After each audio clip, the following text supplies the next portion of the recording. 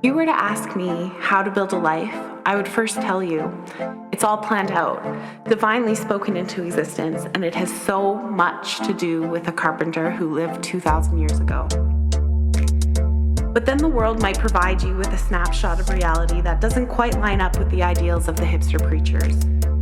You'll find that telling people they are loved by God doesn't stop their parents from being dead, doesn't fill bellies, and doesn't protect the innocent. You might question the validity of when they told you it was better to be called than to be qualified. So then I might say, lean into being qualified.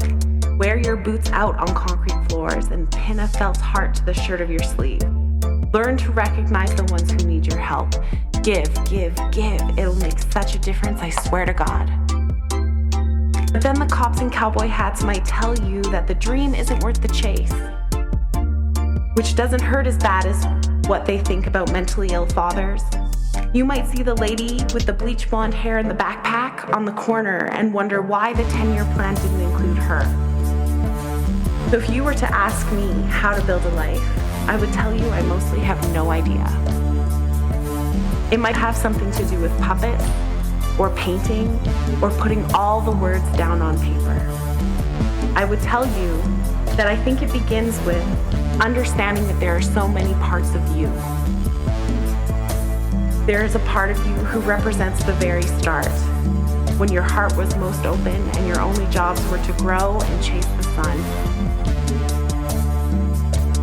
This part that holds memories, this part of you that still asks why things work out the way they do, and the part of you that loves to play. There's an elevated part of you, tapped into your own exact wisdom, the balance of stardust and space trash, the part of you that understands some idea of a bigger picture and pushes you onward. The tending to of these parts threads itself through everything. There might be times when your mind feels like a hyperactive monkey, chattering away or spinning like a record. It's part of your job to give that monkey butterflies in its stomach, to do things for the sake of the joy it makes you feel, for the way it brings you into the moment. Do these things outside of institution, outside of grind and hustle, outside of any perceived critical gaze. Come back to where the doing of the thing makes you feel alive. And do it. Feel alive.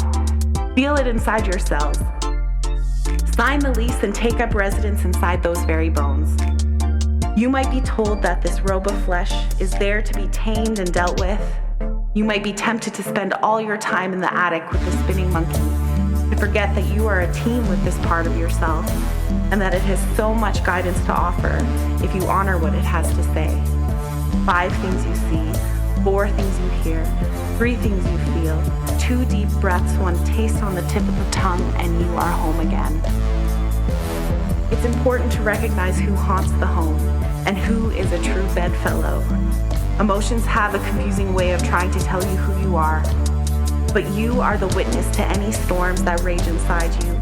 You are the one who feels the tingling presence of afternoon light, but you are not the wind.